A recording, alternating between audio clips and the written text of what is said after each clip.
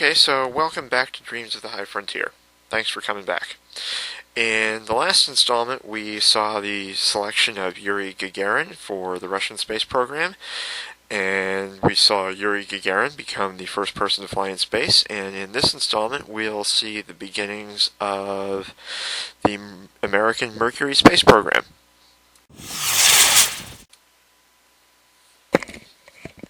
Chapter 6, September 1958.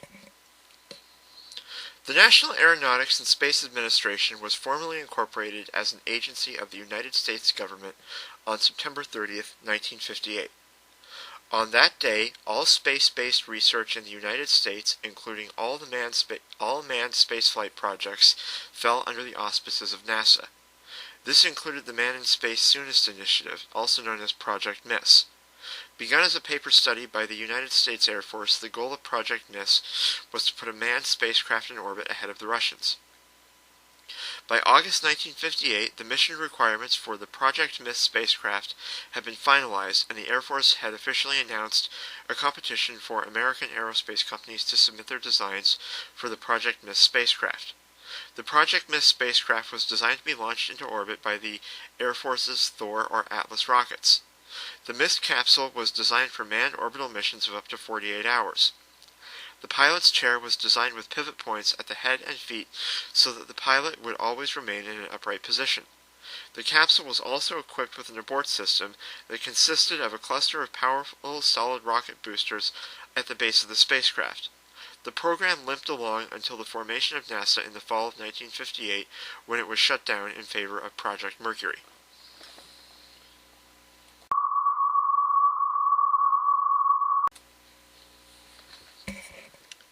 Cape Canaveral, Florida, December 17, 1958. Dr. T. Keith Glennon stood in the hangar on a raised platform in front of a gaggle of reporters. Behind him was an assortment of aircraft. He was flanked by technical diagrams and artist's conception of the small one-man spacecraft whose construction he was about to announce. On a low table in front of him were models of the Redstone and Atlas rockets. He turned to face the waiting reporters. He was slightly nervous. Glenn was an engineer, not a press person. He was content to toil in relative obscurity, but the launch of Sputnik the previous year, along with the failure of the Vanguard mission and the success of Explorer 1, had made anything to do with spaceflight big news, and he knew that today he was about to make headlines. "Good morning," he said. "My name is Dr. T. Keith Glennon. Over the past year we have all watched with excitement and a little trepidation as the world of space has been opened to us. I have come before you today to announce the next exciting step into the universe. That step is known as Project Mercury. Even though Project Mercury is currently in the early phases of its development, the coming weeks and months present many exciting firsts in space. The goals of Project Mercury are as follows. 1. To place a manned spacecraft in Earth orbit. 2. To return both the pilot and the capsule safely. 3. To utilize off-the-shelf or in-development hardware in the pursuit of the above goals. As the administrator of NASA, I have officially tendered design proposals from some of the top aircraft manufacturers in the United States in pursuit of these aims. Project Mercury will consist of a series of suborbital and orbital flights to be flown with the Redstone and Atlas rockets. The spacecraft itself will carry a single human occupant into space for periods of up to 24 hours.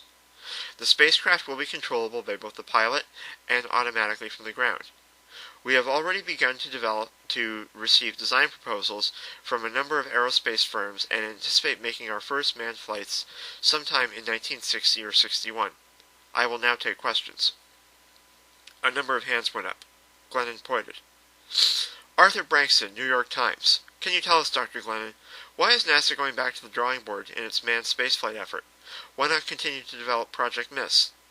We have carefully studied all of the previous manned spaceflight efforts undertaken by the various branches of the armed forces, including Project MISS. We have determined that none of the previous efforts, including Project MISS, would give us a significant leg up over the Russians, who we have no doubt are also trying to put a man into orbit. Next question. More hands went up. William Blake, Chicago Times. You mentioned that you intend to use the Atlas missile as the launch vehicle. Forgive me, doesn't the Atlas missile have an unfortunate tendency of blowing up on the pad? "It is true," responded Glennon, "that the Atlas rocket has had its share of teething problems. But I confer on a regular basis with the engineers overseeing the Atlas development program, and they assure me that the Atlas will be ready in time. Next question."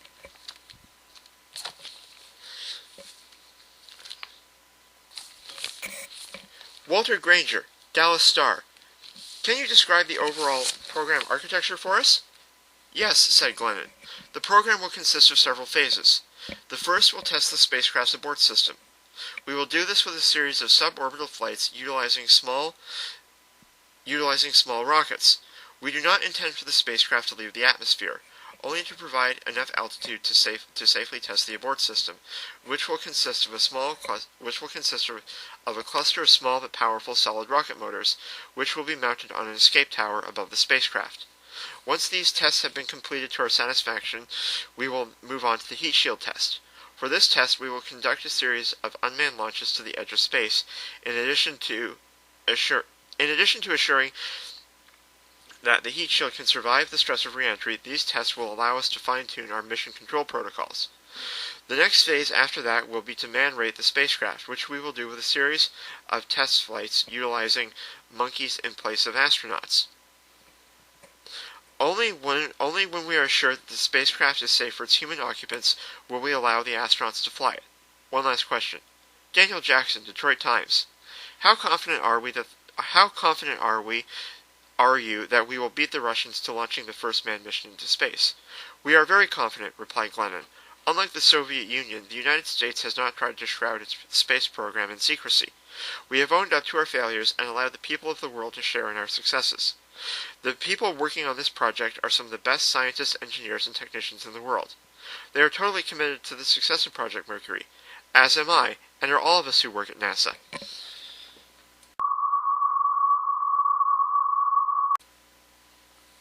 Chapter 7. The Lovelace Clinic, Albuquerque, New Mexico, 1959. Alan Shepard walked through the front door of the Lovelace Clinic. In the large lobby, there were several dozen other men milling around. They all appeared to be in their mid to late 30s, and all were dressed in civilian clothing.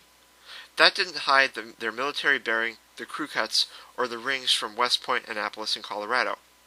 Like them, Shepard was here because he had responded to an advertisement that NASA had placed in Air and Space magazine. The ad hadn't said very much, only that the agency was looking for highly qualified combat veterans and test pilots for a series of experimental test flights. Intrigued, Shepard had responded along with thousands of others. Those had been whittled down to 500 and broken into two groups of 250 candidates, who had received instructions to report to the Lovelace Clinic in New Mexico, where they were to undergo extensive medical tests. Shepard threaded his way through the throng and walked up to the reception desk. "Can I help you?" asked the nurse. Shepard pulled an envelope from inside his jacket. "Number 26, he said. He had been given that number with assurances that the nurses would understand and instructions not to use his name. He handed her the envelope. She opened it and pulled out the piece of paper inside. "Ah," said the nurse. "Right." She made a notation in the book in front of her. She opened a drawer and handed Shepard a clip-on badge with the number 26 on it. "Please have a seat," she said. "Your number will be called in a little while. Do not talk to any of our regular patients." Over the course of the next 7 days, Shepard, along with the others, who included John Glenn, Jim Lovell, Pete Conrad, Scott Carpenter, Gus Grissom, Deke Slayton, and Gordo Cooper, just to name a few, were subjected to the most extensive and invasive series of medical tests imaginable. There were enemas, barium X-rays, sensory deprivation tanks, breath tests, and blood samples. There were some tests that completely threw the candidates for a loop. None of them could fathom why the astronauts wanted to do a sperm motility count, and there were other tests that just seemed downright sadistic. Shepard would never forget walking into the testing room and sitting down at the metal table, only to have his left arm grabbed and held in place by one nurse, while a second nurse strapped it down. Shepard was unable to suppress a grunt of pain as the nurse slid a large needle into the fleshy part of his hand. Attached to the needle was an electrode, which was in turn attached to a generator. The nurse threw a switch with a loud snap and slowly began to turn a large dial. Shepard felt an electric tingle crawling up his arm. It made the hair on his arm stand on end, but otherwise it was not unpleasant. The pleasant tingling sensation didn't last long, however. As the voltage increased, Shepard felt the muscles in his forearm begin to twitch. Then his hand began to convulse. It opened and closed as if it had a mind of its own. Shepard watched his hand in bewilderment, wondering what they could possibly glean from this. All the while, the two nurses stood in a corner, calmly making notes on a clipboard. After several minutes that seemed much longer than they actually were, the generator was shut off, the needle was pulled out of Shepard's hand, and he was allowed to leave, cradling his numb and throbbing hand.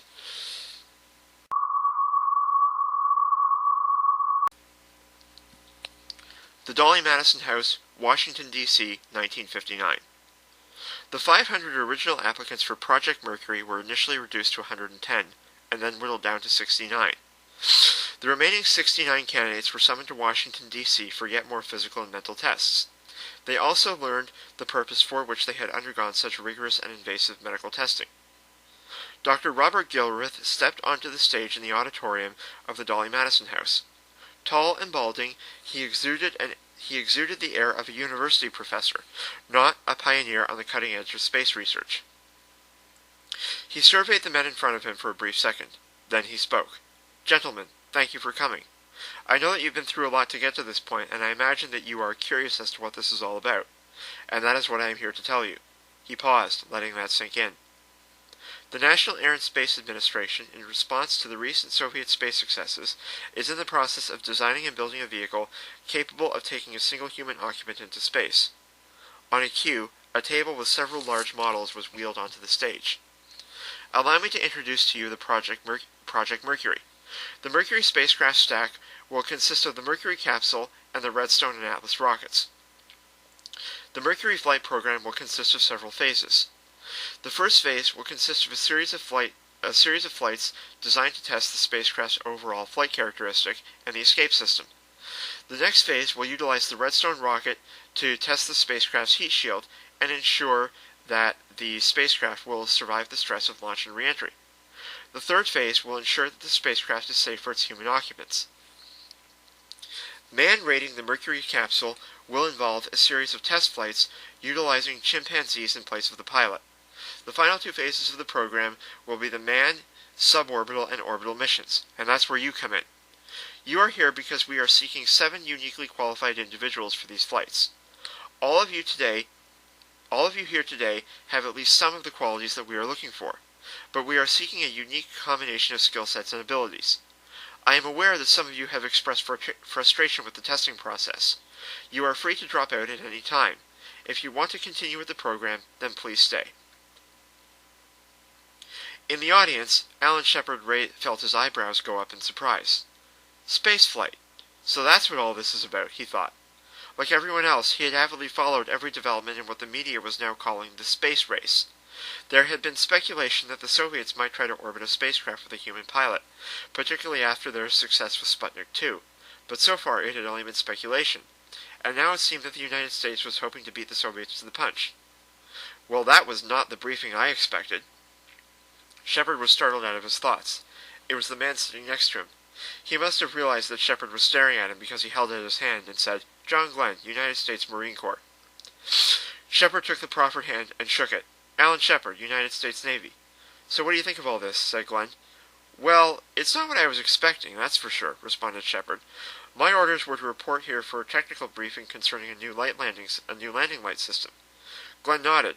"I was expecting a technical briefing concerning Soviet air-to-ground radar systems." "So, spaceflight," said Shepard thoughtfully.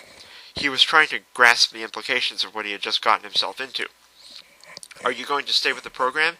he asked Glenn. "I don't know," answered Glenn. "On the one hand, I signed up to fly, and this seems like a formidable technical challenge. But, on the other hand..." He trailed off. Shepard knew exactly what he was thinking and finished his thoughts.